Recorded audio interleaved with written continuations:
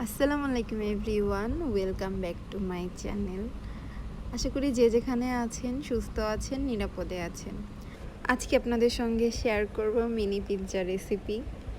2-3টি উপকরণ দিয়েই তৈরি করে নিতে পারেন এই মিনি পিৎজাটি। তাহলে চলুন শুরু করা যাক। পিৎজার জন্য আমাদের প্রথমে একটি ডো তৈরি করে নিতে হবে। তো আমি এখানে নিয়েছি 1 কাপ ময়দা, তার মধ্যে দিয়েছি কিছুটা ইস্ট, এরপর দিয়েছি স্বাদমতো কিছুটা লবণ, কিছুটা চিনি, সব কিছু একসঙ্গে মিশিয়ে তারপর এর ভিতর দিয়ে দিব পরিমাণ মতো পানি।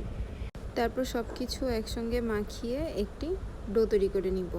তারপর এটিকে 1 ঘন্টার মতো অন্য একটি পাত্র দিয়ে ঢেকে রাখব। এরপর আমরা পিৎজাটি তৈরি করে নিব। তো এখানে আমি ওভেনের যে প্লেটটা থাকে ওটার উপরে একটু ময়দা দিয়েছি।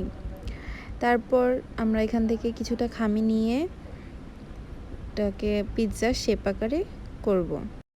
এরপর একটি কাঁটা চামচের সাহায্যে আমরা রুটিটাকে একটু চিড়ে নিব, যাতে এর ভিতর সসটা ভালো করে যায়। আমার কাছে যে পিৎজা সসটি ছিল ওটা শেষ হয়ে গিয়েছে, এর কারণে আমি যে বাসায় টমেটো সস ছিল সেটাই ইউজ করেছি। তো এখানে টমেটো সসটাকে আমরা রুটির ওপরে স্প্রেড করে দিচ্ছি।